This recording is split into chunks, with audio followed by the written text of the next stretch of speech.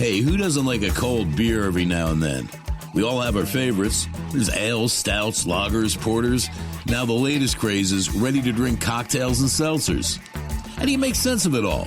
Well, it's a good thing we have the gurus from Katcef Brothers to sort it all out. Sit back, relax, eavesdrop for a bit as we talk about the latest beers, seltzers, cocktails, and the best local events that need to be on your calendar. You ready? Let's get to it. All right, we are on the Zoom call, and it's not because the weather isn't nice, because it is absolutely beautiful, but it was just that schedules didn't work, and I guess that's one of the good things of COVID. But we are here with Cassie, Lauren, and Bill from Katcef Brothers. How are you guys doing? Good, thanks, John. Hey, John. I tell you, yesterday, Governor Hogan sort of set us all free.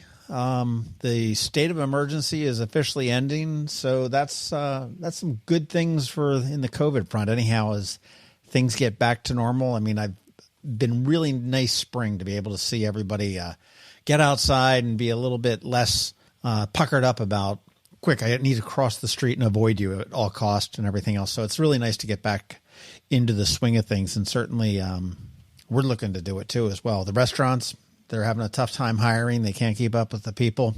And so I don't know whether that's a good thing or a bad thing, but it's, we need to get out there again and start our lives. Well, I think it's probably a little bit of both, That's true. It's exciting to be able to go back, though, into the on-premise and, walk in. It's crazy to just go and walk into a bar now. I feel strange, right? You feel strange, walking into a bar and going and sitting on a patio or sitting inside and, not having a mask on. It's crazy to think it's been this long, but. Well, I've gone to the Dark Horse a couple of times, and they used to have the big masking tape X's on the bar top, so you couldn't sit next to somebody, and now you can. So it's kind of cool. I got to be honest, being introverted, I kind of miss it because I don't like people in general. So for me, it was awesome, because I just stay away from them. Well, people don't like you in general too, so that works out. It's a very symbiotic relationship. Yeah. Well, I'll tell you, it's going to be a little bit difficult for the Annapolis restaurants, I think, because County Executive Pittman turned around and extended the outdoor dining through, I think, November 1st or 3rd or something like that. But the city tied their things, the outdoor dining and the recovery zones, to the governor's order. So their recovery zones are all going down at the end of July. So the restaurants that are serving out in the parking lots and in the not the parking lots, but in the streets and on the sidewalks, we'll have to bring inside. I mean, they are full capacity, but that was a really nice little boon to able to let the bars and the restaurants try to make up a little bit of what they lost last year. So yeah, especially a good time with cicada season, Yeah, absolutely. Well, and as things are getting back to normal, you got the Thursday night concert series at the Annapolis Maritime Museum. They're kicking up again. Actually, it's kicking up tomorrow. We're recording this on the 16th, I think it is. And that they're kicking up tomorrow. So that's what Sweet Lita's going to be playing. And that's every Thursday night at the Annapolis Maritime Museum in Eastport. And that's always a lot of fun. Lots of Blue Point to go around. So there'll be Blue Point Toasted Lager and Summer available, as well as your Bud Light, John. You've got to always have my Bud Light, but you guys are the official beverage sponsor of the Annapolis Maritime Museum, right? Maybe not officially, but really kind of are. We've been partners for a number of years, so we're always excited when their events happen. So we're specifically excited for this one. It's been a while, and tomorrow should be beautiful. It really should. How many years has it been, Cassie, that Blue Point's been sponsoring this? It's been a bit, right? We've been with the museum for longer than I've been here, so I want to say 7 or 8 years for Blue Point. Yeah, which is awesome. It's such a good. They do such a great job with those concerts, and the venue is awesome, and it's exciting to have those back. You can't really beat that, though. You're sitting there right along the shores of Back Creek. It's just a chill night. You bring your chair, you bring your blanket.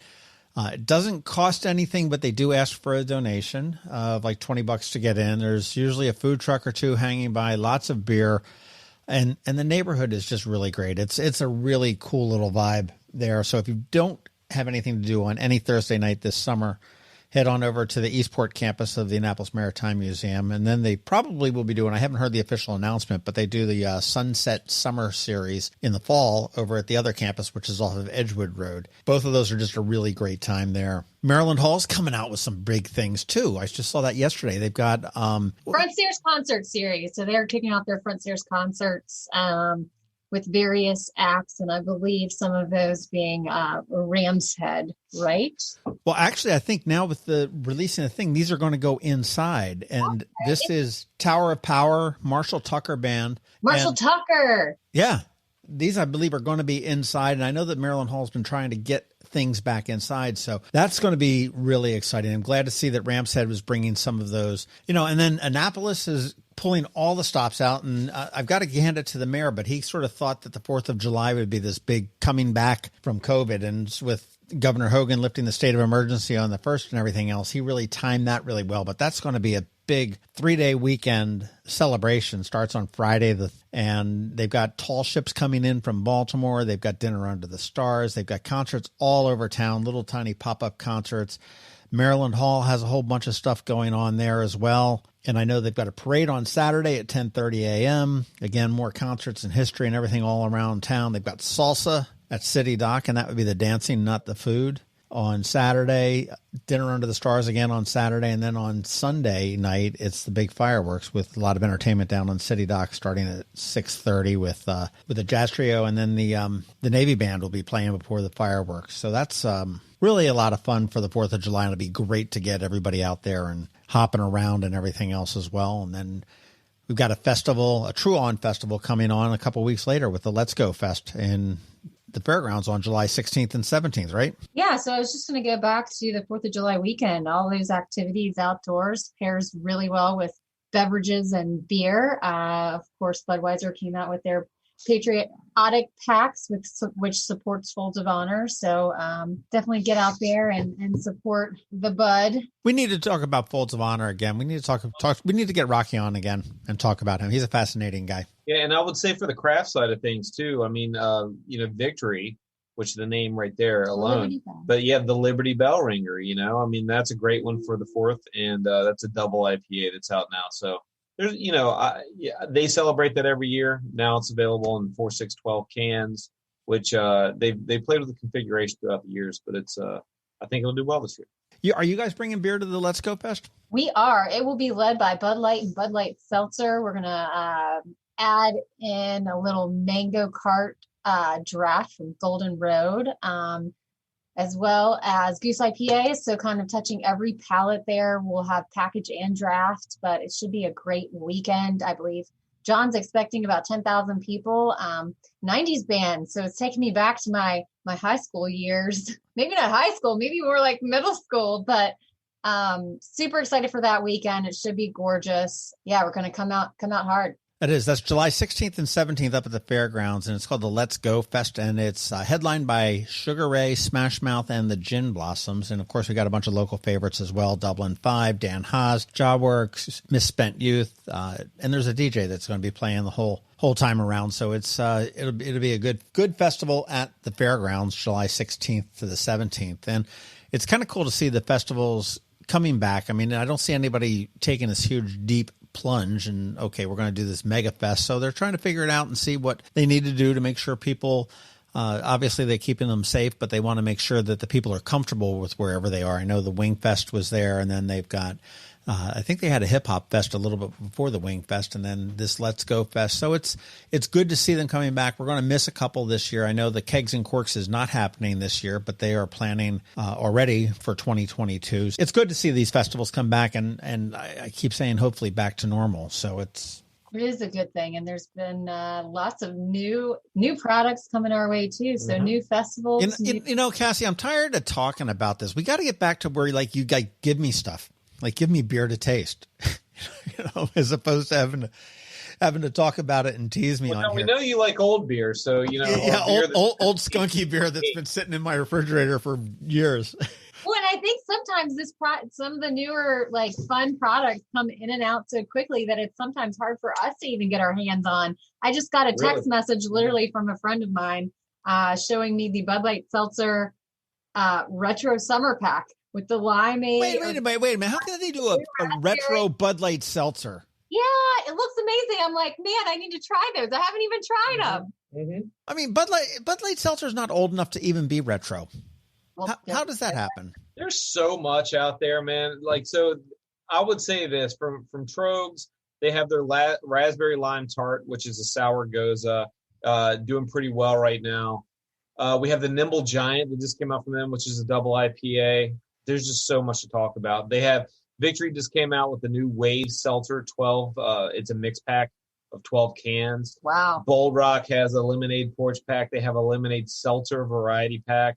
So, I mean, we could keep going down for another 30 minutes. But, yeah, a lot of innovation, a lot of good stuff coming out from all the craft brands, too.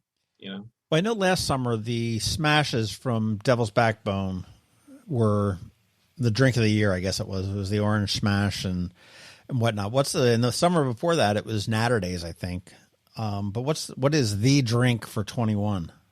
That's a hard one, man. I would say anything from the Cutwater RTDs are just un fuego. They're anything RTD, anything seltzer.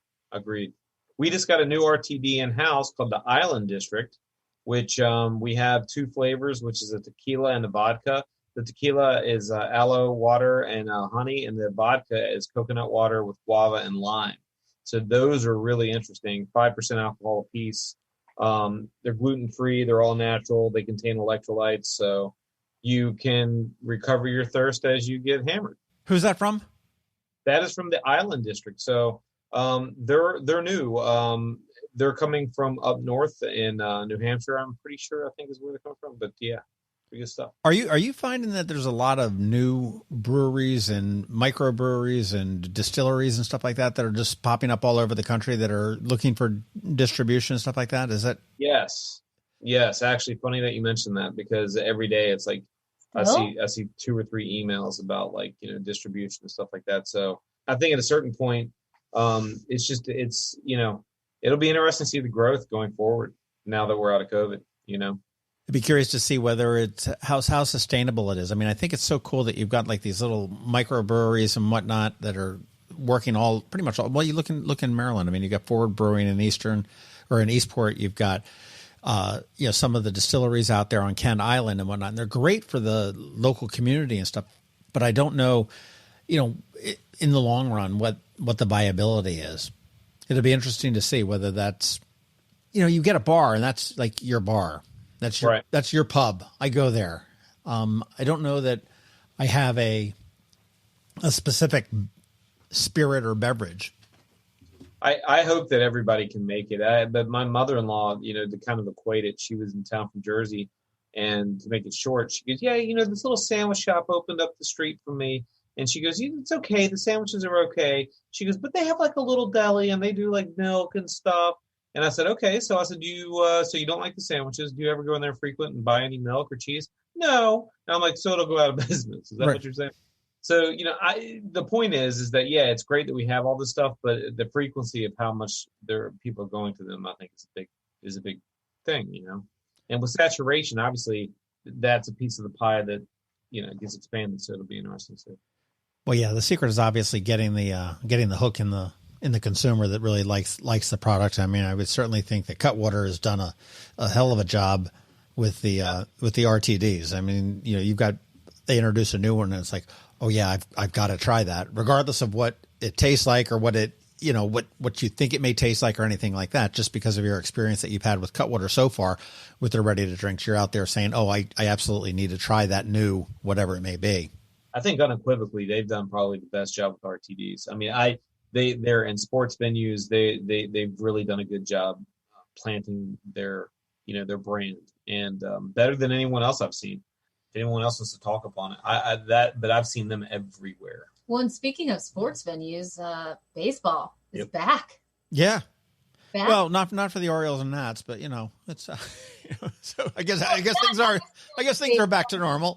They're playing. They're back for us anyways, sitting in the seats. I'm actually going to a game on Saturday. I'm so stoked to see a full stadium and kind of just get back in the groove there. So yeah, I'll be curious as how full it is now that things are really loosening up. I know they could go back to full capacity, but a lot of people were tough. I know minor leagues have started up again. I know the Bowie Bay Sox are going as well, and I haven't seen one of the games. I haven't seen baseball in 2 years, it seems. So I agree with you. I can't wait to get back into the stands and see whether it's minor league or major league. That'd be great. I will take a pano picture for you, John, and send it your way. I may hold you to that. So where is everybody as we wrap up? Where is everybody on the 4th? What are you doing? I'm going to be doing probably like the Annapolis thing and trying to see if I can get some parade pictures and some fun down on West Street and Main Street and everything else, and the fireworks, of course. And what I do is I try to always get good fireworks pictures, and I end up screwing it up because I don't know how to do it. But it makes me feel good. That's about it. What are you guys doing? Well, I'll be back at the ballpark actually for our Folds of Honor check presentation on July 3rd. So that'll be exciting again. And how come you guys never present checks to me? How come? I was going to say, we are doing the Folds of Honor presentation with Navy football come this fall for our Katcef recipient. I don't know, John. What kind of check would you like? Yeah, do you play hockey? The bigger, the better. To be fine. Nobody's ever given me one of those giant, like 4 foot wide checks. Well, next time we wrap up, I'll give you a big. You take that to the bank and cash it. That's fine. Yeah, I can't wait. You mentioned Navy football. I can't wait till Navy football starts up again in the fall. Last year it was there, but it was just it was the season that wasn't, even though it was. And Chet sent out an email. Football is back this week, and beer in the stadium. So we're ready for that. And, whoa! Back up. What's that? I believe there's going to be beverages available in the stadium. I have been harping on that for years, saying that's a huge thing. That fantastic move. Good job. One day at a time. So we'll see how things unfold. But I think I'm going to be on the banks of the Chesapeake Bay watching the fireworks for the first time ever this year. So I'm excited for that. That's awesome. Very cool. Yeah. Bill, you're in Northern Virginia, right? I am. So what are you going to be doing? You watch the DC fireworks. They're supposed to be pretty spectacular. I usually stay, I'm pretty much a homebody these days. I'll probably be cooking something on the big green egg and just hanging out, and then watching other people play with fire. I will say though that the big checks nowadays with mobile deposit, John, not a big deal. The only problem is your hand looks very small on the back of the check. You have to write it really big. Okay. That is true. Although that account number might not be printed on there, so I still don't think it'll be cash. I'm on the second floor. That is great. Oh, that just made my day. Oh my God. Oh wow. All right, Lauren, what are you doing? You going to just out play with your horses for 4th? No, not exactly a play with horses kind of holiday. Fireworks and horses don't mix so well. So we'll probably have some people over here and be on the grill and enjoying some Budweiser and, just having a good time. All right. Now here's a curious question. I don't know about all of you guys. What kind of grill type people? Bill, you said you're a green egg. So what goes in that green egg? Oh my God. So when I do it, I set up camp because it's a pain for me to get it started. So what I do is I grill so much that I save a lot of it. So I'll do a brisket, I'll do ribs, I'll do like a pork shoulder. I'll do like 5 or 6 different things at once. I'll let everything cool down, and then when everything's done, then I vacuum seal it and put it in the fridge and go from there. So I'll eat some then and then eat some later. So you're doing like major meats on the grill. Oh yeah. I mean, I'm kind of like a hot dog hamburger kind of a guy with on special occasions I'll throw a fillet on, but not too much more than that. Oh no, I go crazy. I got the hickory wood. I do it all. I mean, it's Rob just got a pit boss, so he does pellets now, and I have to say, good stuff. The Southler's Meat Locker meats on that pit boss. Good stuff. There's a friend of mine that just got, and I don't know the name. It's fairly a vogue grill that's also pellets. Can you see this pig? Yeah. Is it a Traeger? It's just Traeger. Yes, Traeger. Yeah. And he loves it. I mean, he's smoking absolutely everything. And it's just fantastic. I'll tell you, the only difference between like a normal smoker and an egg or like a Kamado, they're called a Kamado style, is that the way that it works is that it kind of circulates itself.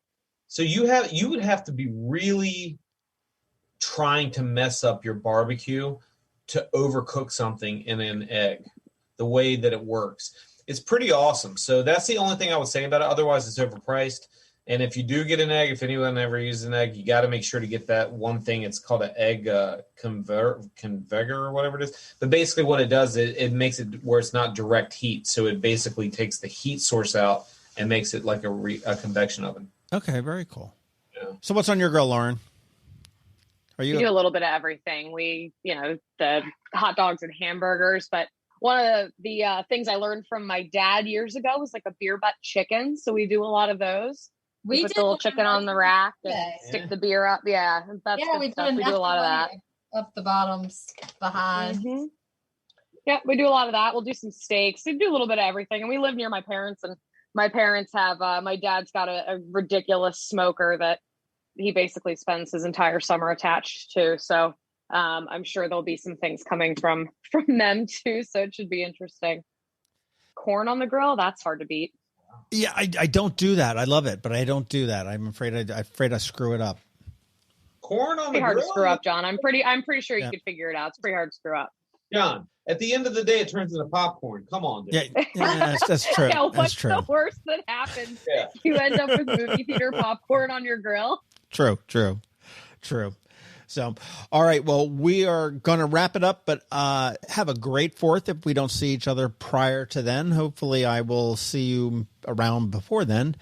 And if not, I guess the next definite time that we may get together will be the Let's Go Fest on the 16th and the 17th up at the fairgrounds. And probably we'll be doing this again in July prior to that. So have a great weekend. Have a great Father's Day. If are you? No, there's no fathers there, are there? No, it's just me. Rob's a dad. Yeah, Papa Rob. Yeah, I know, but he's not here. Nobody knows who Rob is. I mean, I know who Rob is, and Cassie, and we all know who Rob is, but bless his heart, he says the same thing. Nobody knows. Nobody knows who I am. Guys, have a wonderful 4th of July, and we will catch up with you next time. Sounds awesome. Great. Thanks, John. Thanks, John. This Annapolis Bonus podcast has been brought to you by Katcef Brothers, the area's largest beer distributor. Please check them out at thegreatestbeers.com. Oh, and don't forget to check out iAnnapolis.net for all your local news, opinions, and events.